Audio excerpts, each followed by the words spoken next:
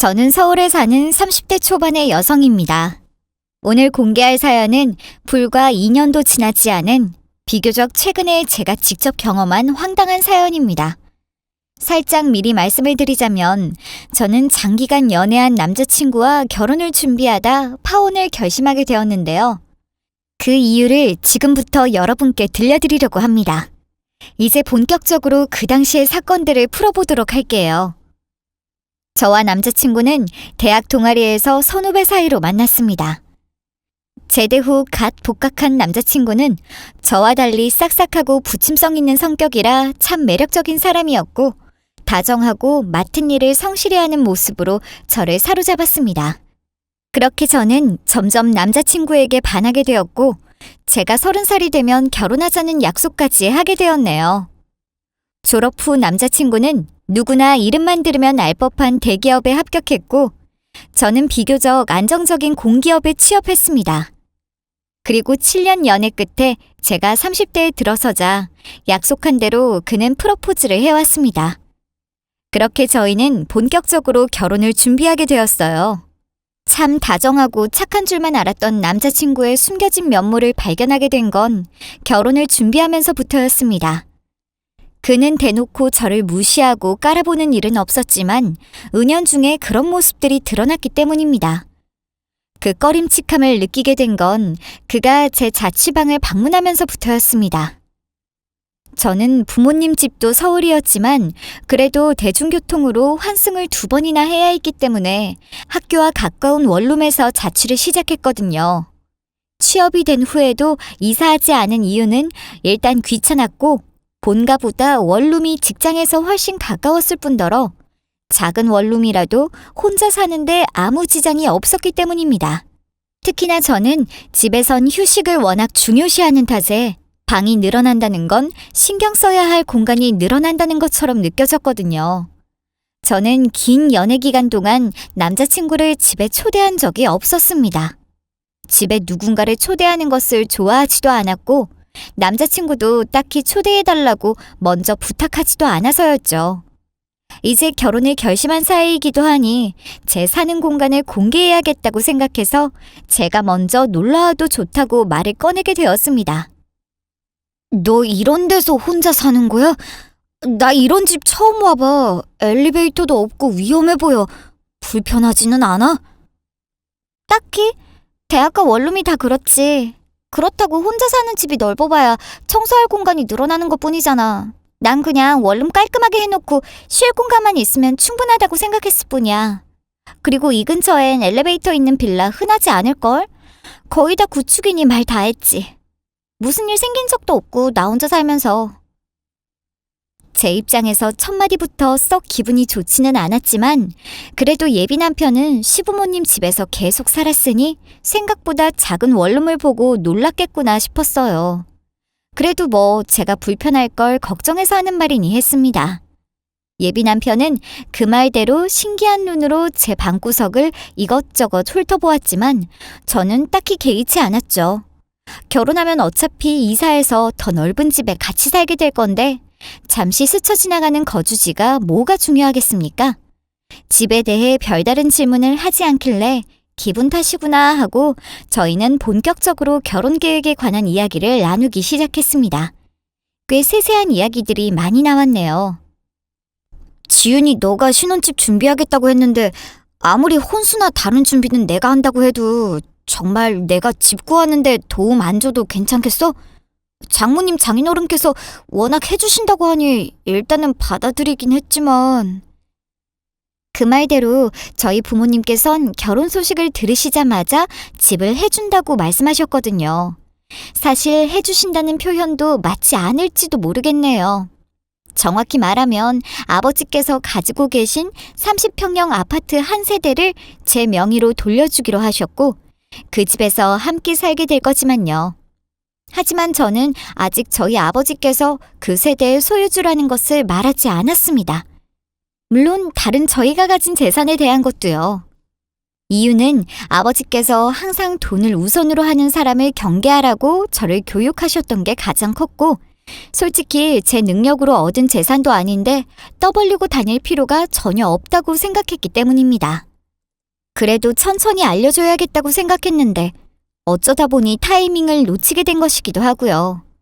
더군다나 부모님께서 집 이야기를 하시면서 아무리 오래 본 사람이라도 같이 살아보기 전까지 모든 걸 자진해서 밝힐 필요 없다고 말씀하셨기 때문이기도 합니다. 결혼하면 집뿐만이 아니라 결혼식부터 시작해서 살림살이 채워놓기, 그리고 그 집에 살면서도 빠져나가는 돈이 꽤 많잖아요. 그래서 집만 해오겠다는 아버지께서 거신 조건은 저희 입장에선 꽤 좋은 조건이라고 생각했습니다. 어차피 그 집이 원래 아버지 집이었던 건 추후에 알게 될 거라고 생각했는데 예비 남편 입장에서는 저희가 집을 구해온다는 게 영 걱정이었던 것 같습니다. 지윤아, 너가 오해할까봐 말을 안 한 건데 나는 적어도 결혼하면 둘이 살 집은 서울에 20평은 넘어야 한다고 생각하거든. 솔직히 힘들다면 지금 사실대로 말해줘. 장모님, 장인어른께서 무리하실 것도 걱정이고 부족하다면 나랑 우리 엄마가 채워넣으면 되니까. 참 걱정하지 말라니까 그러네. 우리 부모님 아무리 외동딸 결혼한다고 해도 그렇게 무리하실 분들이 아니야. 노후 준비도 착실하게 하시고 계시니까 앞으로 우리한테 손 벌리실 분들도 아니시고 괜히 많이 받아봐야 나중에 다 갚아야 한다고 생각하고 그렇다고 주신다는데 안 받을 필요도 없다고 생각해. 요즘 사회는 아무리 우리 수입이 꾸준하다고 해도 땅값, 물가, 집값 장난 아니잖아. 부모님께 받을 수 있는 도움은 받을 거야. 그러니까 내가 약속한 부분에 관해서는 아무런 걱정 안 해도 돼. 뭘 그리 걱정일까 곰곰이 생각해보니 아무래도 예비 남편, 저희 집 사정이 자기보다 어렵다고 착각했을 수도 있겠다 싶었어요. 입장 바꿔 생각해보니 약간 이해가 되는 것 같기도 해요. 저희 부모님 사시는 집도 낡은 단독주택이었고 외관은 많이 낡았지만 내부 인테리어는 새로 해서 거주하는 사람 입장에선 만족했지만 사정을 모르는 사람은 오해할 수도 있겠다 싶더라고요. 아무래도 오해가 생긴 만큼 순간 정정해야 하나 싶었지만 말씀드렸다시피 전 제가 노력해서 성취한 거 이외엔 떠들고 다니는 성격이 아니라서요. 그래도 저는 확실하게 의사를 표현했습니다. 제가 부모님 집 이야기를 꺼낸 것은 프로포즈를 받은 당일날 같이 저희 부모님 댁에 인사를 드린 것이 기억났기 때문이에요. 예비 남편은 그때가 첫 부모님 댁에 방문하는 순간이었어요. 그전에도 몇 번 부모님을 만난 적이 있지만 레스토랑에서 함께 식사하거나 카페에 둘러앉아 이야기를 나누는 시기였거든요. 생각해보니 예비 남편은 단독주택의 낡은 외관을 보고 표정이 좋지는 않았지만 저는 당시에는 크게 개의치 않았던 것 같아요. 부모님께서는 30년 넘게 한 집에서 거주하셨거든요. 저도 사춘기 시절에는 낡아 보이는 집이 싫어서 큰 집에, 특히 아파트에 살고 싶다고 조른 적이 있었는데 부모님께서는 정든 집을 떠나기 싫다고 하시며 거절하셨던 적이 있었던 정도로 집에 대한 애착이 강하시기도 했고요. 무엇보다 예비 남편이 부모님께 매우 싹싹하고 예의 바른 모습을 보였기 때문에 표정 변화가 찜찜하긴 했지만 그거 하나 가지고 뭐라 할 건덕지는 없었네요. 엄마 아빠, 나 드디어 결혼한다? 옆에 있는 이 남자랑. 나 이제 새 신부 되는 거야. 다 엄마 아빠가 날 잘 키워줘서 그래. 드디어 그렇게 된 거야? 아유, 내 딸이 젊은 나이에 시집을 다 가다니 정말 집안에 경사가 났네. 아무리 결혼은 현실이라지만 두 사람 연애한 지 오래됐기도 하고 그 정도 지켜봐왔으면 충분하다 생각해. 무엇보다 내 딸내미가 선택한 사람이랑 행복하게 사는 게 가장 우선이니까. 은석이를 만나면서 너가 행복했던 시간들을 보니 잘됐다 생각한다. 그래, 늘상 그렇지만 나도 네 엄마처럼 네 선택을 존중할 거다. 아무리 자식을 키운 부모라도 결혼에 대해 이래라 저래라 할 자격은 없다. 축하한다, 딸아. 나는 결혼하고 나서도 서울에 살 거잖아. 어차피 둘 다 직장도 서울이니까 여기 떠날 이유는 없어. 엄마 아빠랑도 평소처럼 자주 왕래하고 지낼 테니까 절대 서운해하기 없기. 결혼하면 너는 은석이한테나 집중하면 돼. 너무 자주 찾아올 필요는 없어. 네 가정이 우선이지.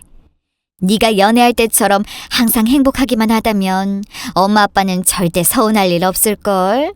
아우, 오히려 딸내미 보내게 돼서 속이 시원해. 어린 나이부터 그렇게 독립해서 살고 싶어 하더니 이게 다 계획이 있었구만. 감사합니다, 장모님, 장인어른. 저를 믿고 지훈이를 제게 주신 만큼 최선을 다하겠습니다. 경제적으로도 부족하지 않게, 그리고 말씀하신 대로 행복한 가정을 이루도록 노력하겠습니다.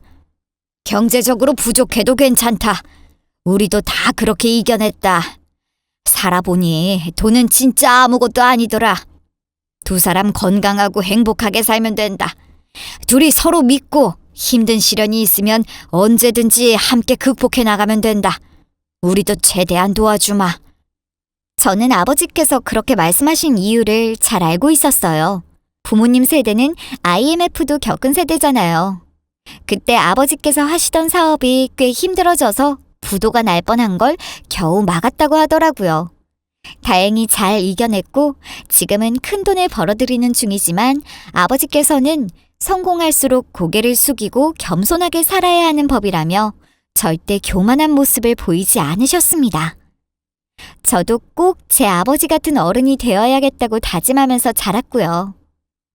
서울에 살 거라고 했지? 그럼 앞으로의 계획은 어떻게 되는 거야? 집은 니네 아빠가 준비하면 될 거고 나머지 혼수나 가전은 어떻게 시작하기로 했어? 아무것도 정해지지 않은 상태입니다. 천천히 말하면서 맞춰가야죠. 그런데 서울에 집을 주신다니 그걸 제가 받아도 괜찮겠습니까? 지윤이는 예전부터 이야기 나눠본 바로는 반반 결혼을 찬성하는 것 같긴 하더라고요. 저 개인적으로서도 모아둔 돈도 크게 차이 안 나니 둘이 힘을 합쳐 준비하면 잘 되리라 생각합니다. 집은 알아볼 필요도 없다. 내가 미리 생각해둔 것이 있으니 나머지는 둘이 알아서 하거라. 예비 남편은 아버지께서 단언하시니 살짝 놀란 듯 보였지만 그에 맞춰 그럼 자기가 남은 비용을 모두 지불하겠다고 했습니다. 그렇게 집 이야기는 마무리된 줄 알았어요. 둘만 남자 예비 남편이 걱정하기 시작하긴 했지만 말이에요. 예비 남편이 제 원룸에 왔다 간 다음 주 주말 시댁 방문이 예정되어 있었습니다. 시댁이라 해도 아버님 없이 어머님 홀로 계셨거든요. 원래 결혼 약속을 하고 더 빨리 인사드렸어야 했지만 좀처럼 어머님 근무 일정이랑 제 일정이 맞지 않는 바람에 늦어지게 되었네요. 저는 시어머니 드릴 선물을 바리바리 챙겨 차를 타고 시댁으로 향했습니다. 연애 기간이 긴 만큼 시어머니와도 몇 번 같이 식사하고 직접 초대를 받은 적도 있지만 그때마다 별 말씀 없으셨던 것만큼 어머니께서도 저희의 소식에 기뻐하시리라 확신했습니다. 하지만 시어머니께서는 저와 생각이 많이 다르신 듯 했죠. 눈빛부터 탐탁지 않으신 듯 보였으니까요. 결혼, 요즘 다들 결혼 안 하려고 하던데 너희가 갑자기 결혼하겠다니. 그래, 이야기나 들어보자. 설마 내 아들에게 다 준비하라고 하진 않겠지? 엄마, 지훈이랑 연애한 지도 벌써 7년이나 지났어. 우리 둘 다 만나다가 서로 맞으면 지훈이가 30살이 되었을 때 결혼하자고 약속해서 그 약속 지킨 것뿐이야. 그리고 난 엄마가 반대해도 무조건 내 인생에서 결혼은 지훈이랑만 할 거니까. 우린 오래전부터 그렇게 약속해왔다고. 제가 아무리 여자래도 요즘 시대에 누가 결혼을 남자 혼자 준비하겠어요. 저는 애초부터 오빠에게 다 떠넘길 생각 없었습니다. 그리고 집은 저희 부모님께서 준비해 주신다고 했고 혼수는 오빠가 한다고 하더라고요. 집을 준비한다니 세상에. 분명 내가 들은 바로는 사돈네 경제 사정이 넉넉한 편은 아니라고 들었는데 그게 가능하다고? 넉넉하니 그렇지 않다는 기준은 사람마다 다른 거니까 제가 함부로 부모님의 사정에 대해 말씀드리긴 그렇네요. 그래도 저희 부모님 거주하시는 집도 작으시고 부모님께서도 저 결혼하는데 맨손으로 보낼 생각 절대 없으십니다. 집을 어떻게 구해온다는 건지 도통 이해가 안 가네. 나는 내 아들이 서울 땅을 떠나는 건 상상도 할 수 없거든. 서울 집값이 한두 푼도 아니고 아무리 외곽으로 나간다고 해도 몇십억은 돼야 살만한 집이 구해질 텐데 사돈네가 감당할 수나 있겠니? 외곽이 아니고 중심부의 30평대 아파트라고 정정하기에는 시어머니의 눈빛과 태도로 인해 제 기분이 너무 나빴습니다. 그래도 그 자리에서 예비 남편이 일단 중지해 주었기 때문에 저는 참고 넘어가기로 했네요. 아이, 엄마!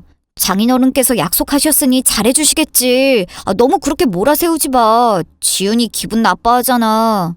지훈이 절대 엄마가 생각하는 것만큼 받기만 하는 여자가 아니라고. 눈빛으로 사람 기분 나쁘게 할 수 있구나 라는 생각 진짜 오랜만에 하게 된 거 있죠? 시어머니께서 결혼한다는 말에 보이신 태도는 딱 그 태도였습니다. 자리가 끝나고 저는 예비 남편에게 단도직입적으로 물었습니다. 시어머니의 태도에 기분이 확 나빠졌기 때문이에요.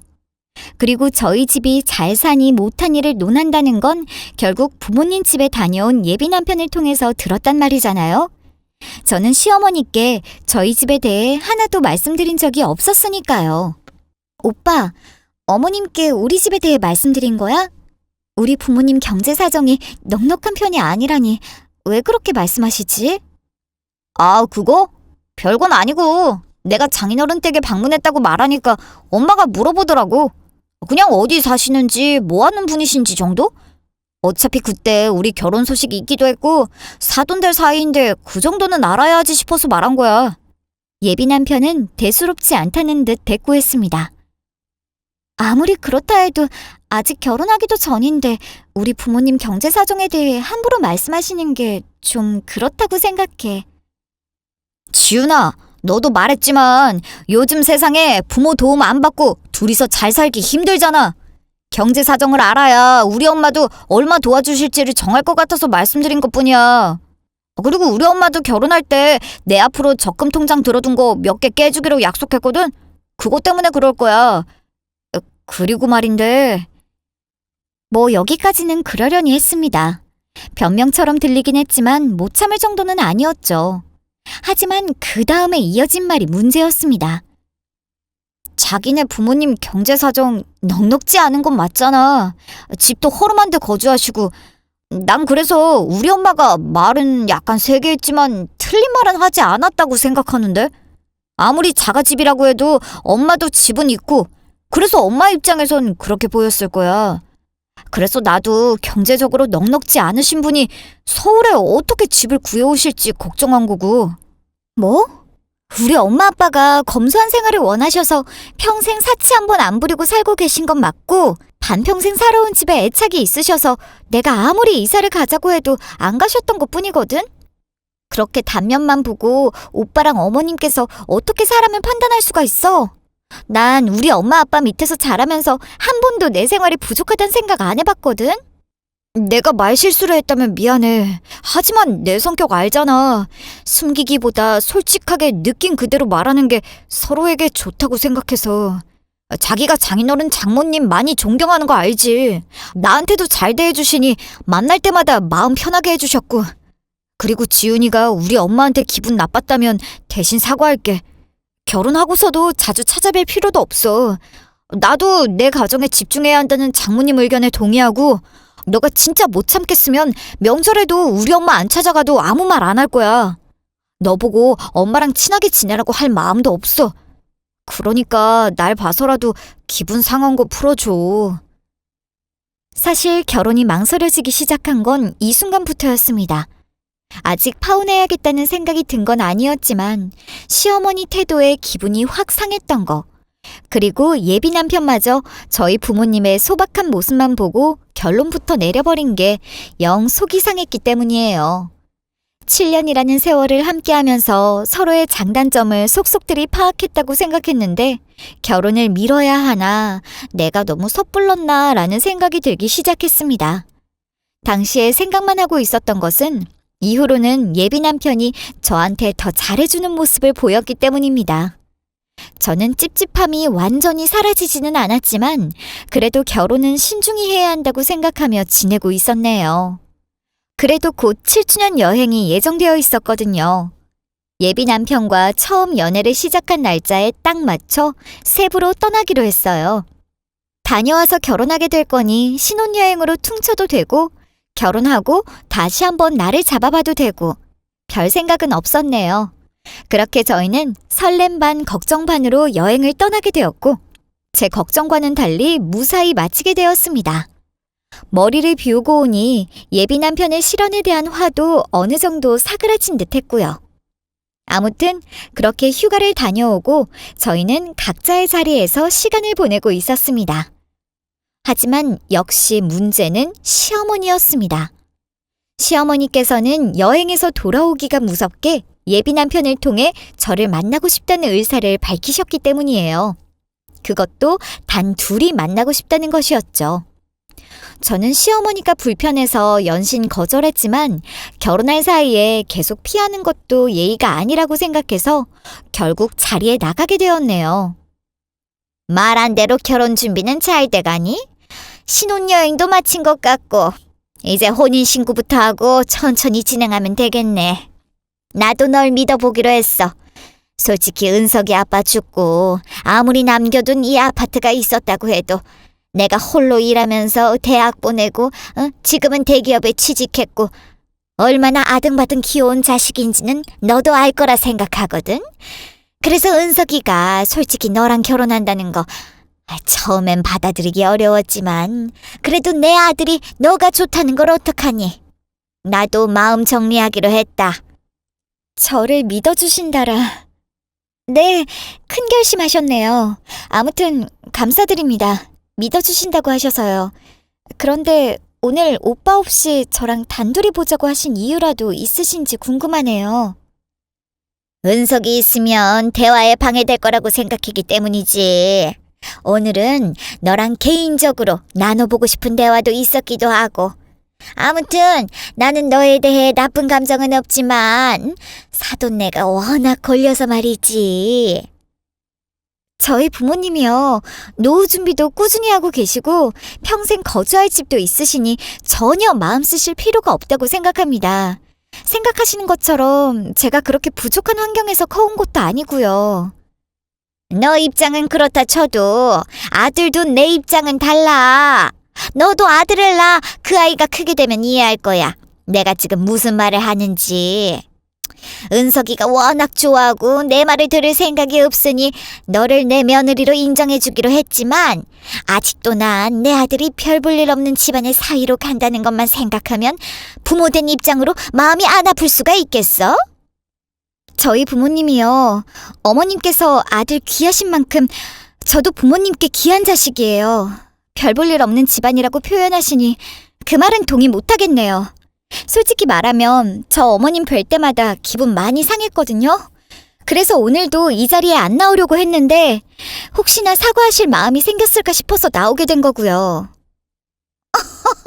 어머 얘가 너가 아무리 지금은 30살이라고 해도 새파랗게 어린 나이에 이제 사회에 나간 애가 뭘 그렇게 잘 알겠어.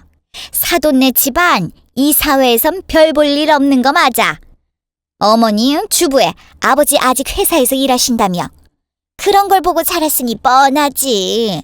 다시 말하면 사돈네 어른은 아직도 벌이해야 하는 상황이라는 거고 더 늙어서 일 못하게 되면 이제 너희가 생활비를 감당해야 할 일도 생기겠지. 난 그게 걱정돼서 하는 말일 뿐이야. 자꾸 저희 집안에 대해 아는 것도 없으시면서 결론부터 내리시는 태도가 영 기분 나쁘네요. 그래서 뭘 어떡하고 싶으시단 말씀이죠? 나도 네 태도가 썩 마음에 들진 않지만 그래서 불렀다. 여기 내 계좌 적어뒀다. 앞으로 네가 받는 월급, 은석이가 받는 돈 모두 내 앞으로 입금하도록 해라. 그 점만 동의한다면 나도 더 이상 간섭하지 않을게. 말했듯이 내가 걸리는 부분은 딱 한 가지. 돈 걱정이니까. 내 아들이 번 돈이 너희 집안에 새어나갈 여지도 있고 그리고 사돈의 사정을 보아하니 너도 제대로 돈 관리를 하는 걸 배웠을 리가 없겠구나. 무엇보다 너희 둘 다 이제 갓 30대에 들어섰잖니? 돈 관리는 원래 집안 어른한테 맡기는 거다. 내일 당장 월급 받는 통장 내 걸로 변경하도록 해라. 저 여기까지 오자 진짜 폭발하기 직전이었어요. 남편 월급을 어머님께서 관리하겠다고 해도 기가 찰 판에 제 월급까지 자기 통장으로 보내라는 게 말이 되나요? 거기다가 예전엔 넉넉하지 못한 집안이라더니 이제는 별 볼 일 없다니. 저희 부모님 대하는 태도나 속단하는 태도나 정말 상대하기 싫은 사람인 건 분명했습니다. 거절하겠습니다. 그리고 애초부터 제가 돈 관리할 생각 없었고요. 각자 통장에서 관리할 생각이었습니다. 더 이상 할 말 없으시면 이만 일어나겠습니다. 동의 못한다는 건 이 결혼을 끝내겠다는 소리로 받아들이면 될까? 결혼을 끝내겠다니 오히려 제가 하고 싶은 말이에요. 솔직히 제가 보기엔 저희 부모님 사시는 집이나 어머님 사시는 집이나 별 차이나 보이지도 않거든요.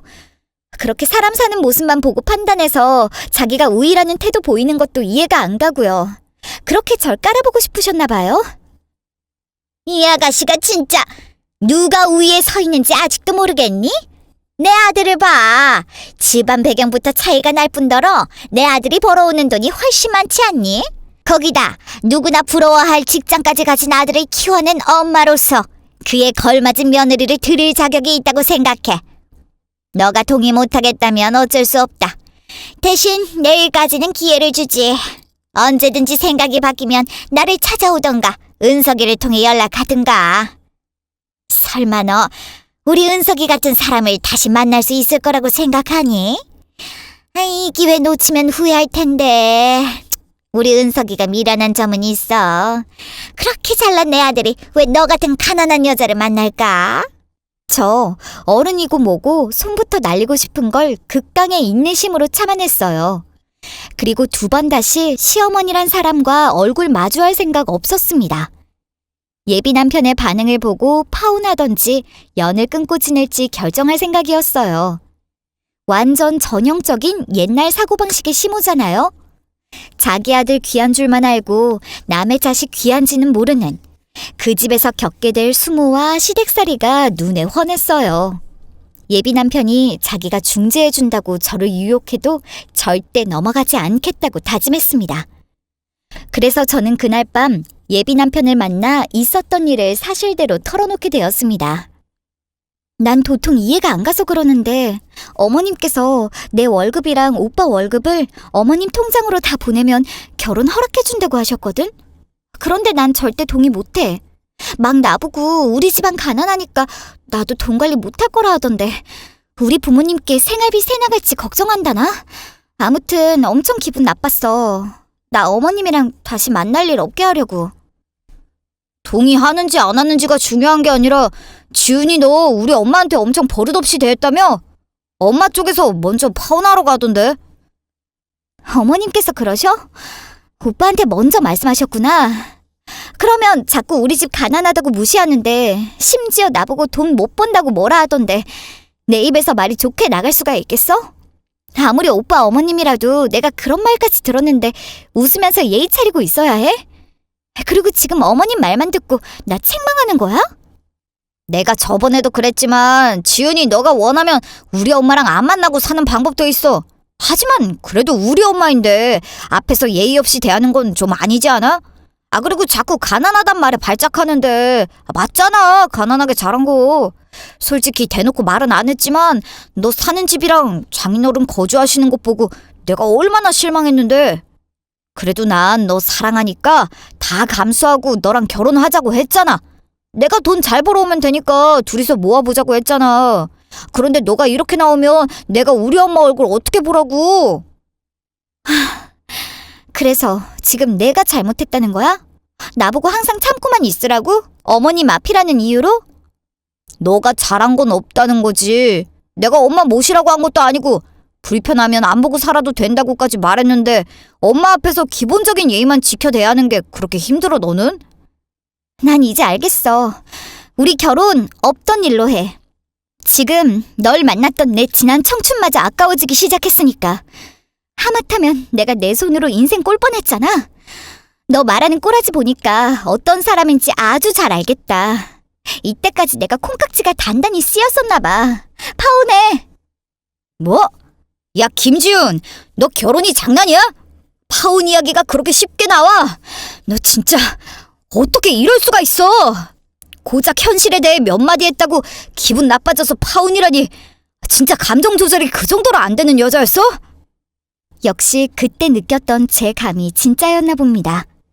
스쳐 지나가는 느낌인 줄 알았는데 예비 남편이 저희 집이나 부모님 집 보고 표정이 굳었던 그 순간 제가 느꼈던 게 착각이 아니었다니. 예비 남편마저 저를 가난하다고 점찍고 절 무례하게 대하신 어머님 편만 들고 있는 상황에서 제가 더 이상 결혼을 고집할 이유는 없었습니다. 빨리 탈출하는 것만이 방법이라고 생각하게 되었어요. 저는 파혼 의사를 밝히고 자리에서 일어났지만 예비 남편은 뒤에서 제 이름을 부를 뿐 붙잡지도 않았습니다. 그 뒤로도 연락 한 통도 없더라고요. 그렇게 제 7년간의 연애는 끝나게 되었습니다. 어느 날 몇 달 동안 연락 한 통도 없던 그들이 후회의 눈물을 흘리며 저를 붙잡기 시작한 사건이 터졌습니다. 주말 관리인에게 연락을 받은 저와 아버지는 제 앞으로 소유하고 있는 건물을 보수하기 위해 찾아가게 되었거든요. 아버지께서는 작은 회사를 운영하시면서 남은 자금의 투자와 조부모님으로부터 물려받은 건물을 몇 채 가지고 계시거든요. 대부분 상가 건물이었지만 제가 대학 시절부터 지금까지 살고 있는 원룸 또한 아버지 소유의 빌라이기도 합니다. 물론 땅값이 이렇게 오르기 한참 전에 매입하신 거죠. 처음엔 주인 세대를 주신다고 하셨지만 거긴 방이 3개나 있고 혼자 살기엔 꽤 적적하게 느껴질 것 같아서 그냥 세 주고 원룸만 하나 빌려달라고 했습니다. 아버지께서는 제가 사회에 발을 내딛자 건물 2채를 제 앞으로 해주셨어요. 임대료가 꽤 쏠쏠한 것을 알았지만 저는 제 능력으로 성취를 하고 싶다는 욕구가 워낙 강한 사람이었고 사람이 자기 개발을 위해서는 일을 꼭 해야 한다는 생각에 취업하게 된 거였죠. 그리고 사실 건물 관리에 대해서도 처음부터 배워야 하는 상황이었거든요. 저는 아버지가 하셨던 것처럼 자기 개발에 집중하기 위해 관리와 청소 등등을 모두 외부 업체에 위탁했습니다. 그러던 중 건물 천장이 파손되었다는 사고가 접수되었고 저도 슬슬 관리 경험을 본격적으로 쌓아야겠다는 생각에 아버지와 함께 현장에 나가게 된 것이었습니다. 저희는 자리에 30분 일찍 도착해버리는 바람에 관리업체 직원에게 좀 빨리 와달라고 부탁한 후 건물 내부를 살피면서 기다리고 있었죠. 바로 그때 건물을 청소하는 아줌마가 눈에 들어왔습니다. 그 여자는 바닥을 닦느라 아직 저를 발견하지 못한 듯 했지만요. 뒤늦게 제 시선이 느껴졌는지 고개를 든 그 아줌마와 눈이 마주쳐버렸습니다. 저는 비웃으며 그 사람에게 다가섰죠. 어머, 아줌마, 여기서 다부네요. 청소하고 다니는 것은 알았지만 그게 설마 이 건물이었을 줄은 몰랐네요. 제가 좀처럼 여긴 신경 쓸 틈이 없어서요. 뭐, 아줌마? 이게 진짜 예전부터 느꼈지만 버릇없기는 역시 가난한데 가정교육까지 못 받은 것들은 남의 일하는 데까지 와서 할 말이 있니? 그 아줌마는 제 아버지를 옆에 두고 가정교육을 운운하기 시작했습니다. 옆에서 아버지의 얼굴이 굳어가는 것을 느끼자 저는 아버지에게도 알려드렸죠. 아, 아빠는 처음 보지. 하긴 상견례도 하기 전에 그렇게 됐으니. 이 아줌마가 그 전남친 엄마라나? 저희 아버지께서는 파혼 직후 말씀드렸기 때문에 저에게 일어난 일을 아주 세세하게 알고 계셨습니다. 물론 그 이야기를 듣고 노발대발하시며 당장 시댁에 찾아가서 사실을 밝히겠다고 하셨지만 제가 똥은 더러워서 피하는 거라고 말렸거든요. 하여튼 화나면 불같은 분이십니다. 아줌마는 저희 아버지를 위아래로 훑어보기 시작하셨어요. 뭐야? 아빠? 이 사람이 네 아빠냐? 참, 내 말이 맞네. 요즘 시대에 이러고 돌아다니는 사람이랑 사돈이 될 뻔했다니. 아줌마, 딱 한 번만 기회 줄게. 당장 사과 안 하면 후회하게 될걸? 여기가 어딘 줄 알고 우리 아빠한테 그렇게 무례하게 굴어? 내가 니들한테 못하러 사과를 해? 거기 아저씨, 당신 딸 교육이나 좀 똑바로 시키고. 아유, 비켜봐. 좀 방해되니까. 아휴, 사람들 길 막고 서 있는 꼬락서니 봐라. 진짜. 아버지는 한동안은 참고 지켜보시는 듯 보였지만 그 무례한 태도에 폭발하신 듯 했습니다. 소리를 지르셨으니까요. 이제 저 아줌마 큰일 난 거예요. 저희 아버지 화나면 엄청 무서우신데. 뭐 이런 게 내 건물에 다 들어왔어? 당신 잘리고 싶어? 아무리 처음 보고 내가 누군지 몰라도 그렇지. 그게 사람한테 대할 태도야? 진짜 그 아빠의 그 딸이구나. 왜? 그래 말해봐. 아저씨가 누군데? 그렇게 말하면 내가 무서워할 줄 알았나? 참나, 지가 뭔데 날 자르니만이 운운하고 앉았네. 두 사람이 언성을 높이는 바람에 경비원까지 달려오는 것이 보였습니다. 이제 게임 끝난 거죠 뭐. 우리 아버지 여기 경비원 분이랑 꽤 오래 알고 지내셨거든요. 필요할 때도 도움을 드리기도 했고요. 그래서 경비원 분이 저희 아버지를 꽤 존경하시는데 예상대로 경비원은 저희 아버지를 보자마자 90도 인사를 건넸습니다. 아우 사장님, 여긴 어쩐 일이십니까? 이 아줌마, 지금 일 안 하고 뭐 하는 거예요? 아니, 거기 내 이야기 좀 들어봐요, 아저씨. 이 사람이 뭔데 그렇게 인사하는 거예요? 먼저 깽판 친 게 누군데? 사장님 돈으로 고용됐으면 사장님 계시는 자리에서 예의 차리는 건 당연한 겁니다. 이분께서는 이 앞에 회사의 사장님이시자 이 건물의 전 소유주시고 옆에 분께서는 건물의 소유주시자 자녀분이시잖아요. 아무리 몰랐다고 해도 지금 일하러 오셔서 이 난리를 치는 게 말이 됩니까?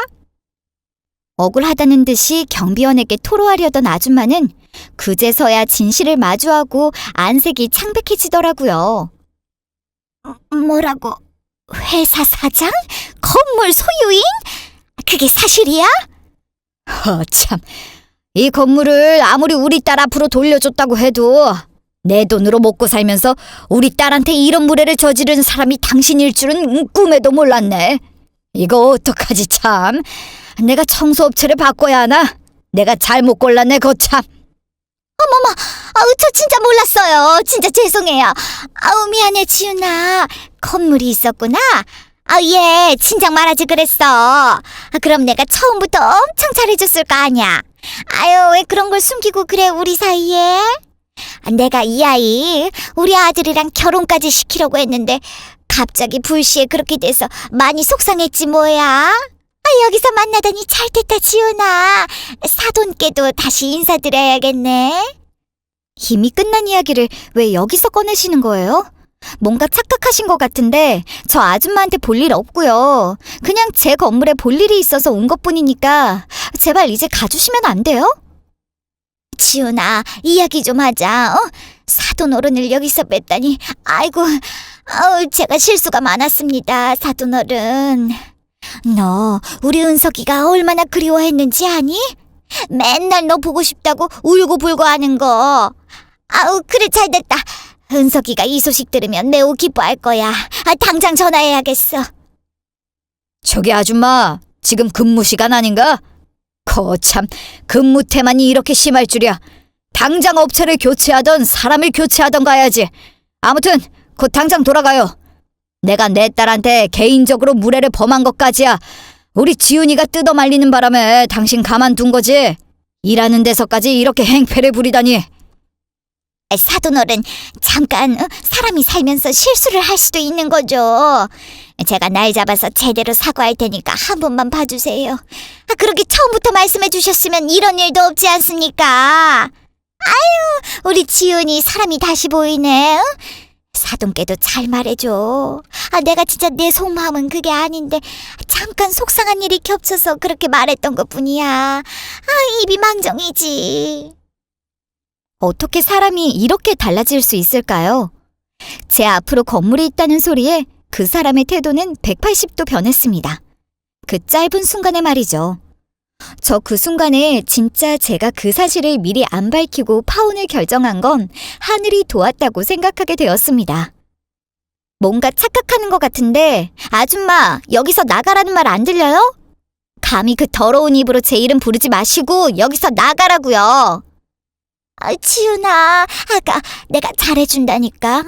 잘못했다고 하잖아. 거 경비분, 이 사람 좀 끌어냅시다. 내가 개인적으로 업체에다 언질은 해둘 테니 내일부터 못 나오게 합시다. 그렇게 경비원에 의해 그 아줌마는 쫓겨나게 되었습니다. 그나저나 제 앞으로 돌려둔 건물에서 근무 시간에 행패라니. 증인만 지금 몇 사람인데 잘릴 건 굳이 확인 안 해봐도 뻔했죠. 그 이후 화가 잔뜩 난 아버지께서 관리업체에 전화하시니 당장 조치를 취하겠다는 대답을 들었다고 합니다.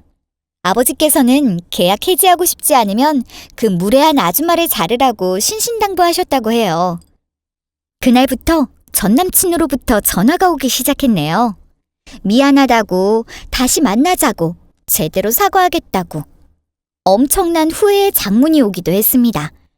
그래서 그냥 카톡이고 전화고 싸그리 차단해버렸더니 자기 친구 핸드폰을 빌려서 연락이 오더라고요. 그렇게 차단한 번호만 5개가 넘는 것 같아요. 정말 자기 엄마랑 똑같이 구질구질한 사람입니다. 그렇게 이야기는 마무리되었습니다. 전 남친은 절 놓친 거고 자기 엄마는 직장을 잃게 된 거죠. 제 입장에선 완전히 시원한 결말이었습니다.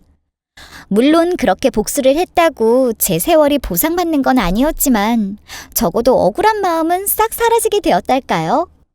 저는 이 사건을 계기로 절대 제 앞으로 특히 저희 아버지께서 재산이 있다는 사실을 밝히지 말아야겠다고 다시 한번 마음먹었습니다. 저희 아버지께서 하신 말씀이 떠오르더라고요. 돈 보고 접근하는 사람을 경계해라는 말씀 말이에요. 딱 전 남친과 그 엄마 같은 사람이 나타날 줄 꿰뚫어 보신 듯 하네요. 역시 어른들 말씀 틀린 것 없나 봅니다. 저는 요즘 평소처럼 직장에 다니며 남는 시간은 자기 개발을 위해 책을 읽고 운동을 하며 보내고 있습니다. 갑자기 파혼을 하게 되니 외로운 날도 생겨 주말에는 독서 모임에도 나가고 있고요. 다른 건 별로 변한 게 없는 것 같아요. 평소대로 가족과 웃고 떠들며 소박한 생활을 이어갈 계획입니다.